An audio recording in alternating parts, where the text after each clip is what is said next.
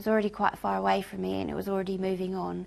So straight away I was like, how do I don't think I even considered that someone might come and find me. I kind of felt like it was my responsibility to get back to the ferry myself.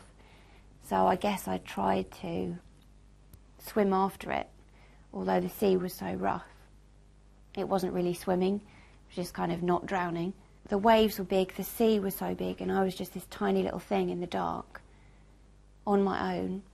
And I remember the wind as well. I could feel the wind, because obviously my body was under the water but my head was above, and I could feel the cold wind like going across my face. And just trying to keep from going under, but it was getting more and more difficult, and I was spending more and more time kind of being knocked under the water and trying to pull myself back up again. And after a while I genuinely had fully got to the point where I was like, right, that's it, I'm going to die, there is no way out of this.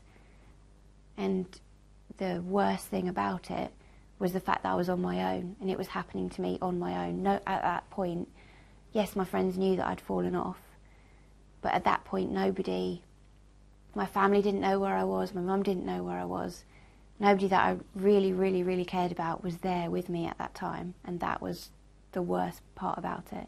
I was on my own. I was terrified, absolutely terrified, but the whole time I was just trying to think, what can I do? So at first, what can I do so that I don't end up drowning? And then once I'd kind of not necessarily accepted, but realised that that was a very high possibility, what can I do to make it better for myself, in a way? Which sounds ridiculous, because how can you ever make that situation better? But what can I do so it's not as terrible as it could be? So it was just trying to keep myself above the water, keep myself alive, keep myself afloat.